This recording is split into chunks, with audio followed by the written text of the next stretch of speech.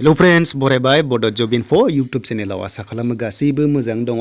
आयुष डिपार्टमेन्टआव गोदान भेकेन्सि ओंखारदों CHO बेनि सायाव आपडेट लाबोदों। गासै भेकेन्सिया 206 दङ। बेनिफ्राय हेल्थ डिपार्टमेन्टनि साख्रि Grade-3 Grade-4 गासै भेकेन्सिया दङ 7000 आरो बेयाव माबादि सिस्टेमाव लागोन एबा लानाय जाखो बेनि सायाव आपडेट लाबोदों। दा बिदिब्ला जों फैग्रोबाय अफिसियेल साइटआव बेनो जाबाय आयुषनियाव नोंथांमोना लिंकखौ मोनगोन डिसक्रिप्शनाव। दा गोबाव खालामा जों अफिसियेल नटिफिकेसन नायनोसै देन बेनिफ्राय नोंथांमोना जायफ्रा एलिजिबल जायो एप्लाइखौ खालामबानो जाबाय। दा लोगोफोर जों नायनो फै अफिसियेल नटिफिकेसन बेयाव डाउनलड खालामनानै। दा बे जाबाय अफिसियेल नटिफिकेसन दा बेयाव कन्ट्रेक्चुअल जब ओंखारदों आयुषनि सायाव आरो भेकेन्सिया गासै दङ 206 बेनिफ्राय बे पस्टआ जाबाय कमिउनिटि हेल्थ अफिसार CHO होनना बुंदों भेकेन्सिया अल आसाम बियो। स' बेनिफ्राय सेलेरि मोनगोन नोंथांमोना 25,000 पार मान्थ बेनिफ्राय बैसो 18 निफ्राय 45 इयार्ससिम मोनगोन आरो।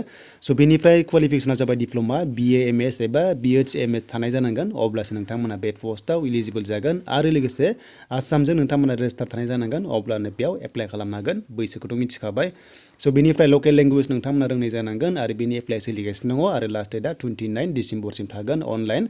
स' नोंथांमोना अनलाइन एप्लाइ खालामदो लिंकआ डिसक्रिप्शनाव दङ आरो लोगोसे नोंथांमोना DHS एबा DME नि आन्दाराव गोबां एप्लाइ खालामनो मोनगासिनो दङ आरो बेनि एग्जामा दासिमबो कन्डाक्ट जायाखै।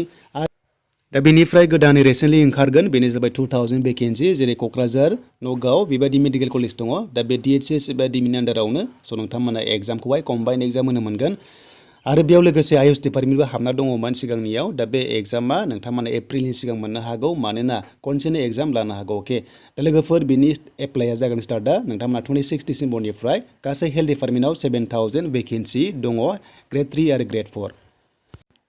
दा बेखायनो जायफ्रा सिगाङाव एप्लाइ खालामबाय नोंथांमोना खालामनाङाबो जानो हागौ आरो जायफ्रा खालामाखै नोंथांमोना खालामदो। 26 डिसेम्बर जानाय लोगो लोगो लिंकआ एक्टिभ जागोन आरो नोंथांमोना 8 pass 10 pass HS pass degree pass गासैबो बे पस्टआव इलिजिबल जागोन।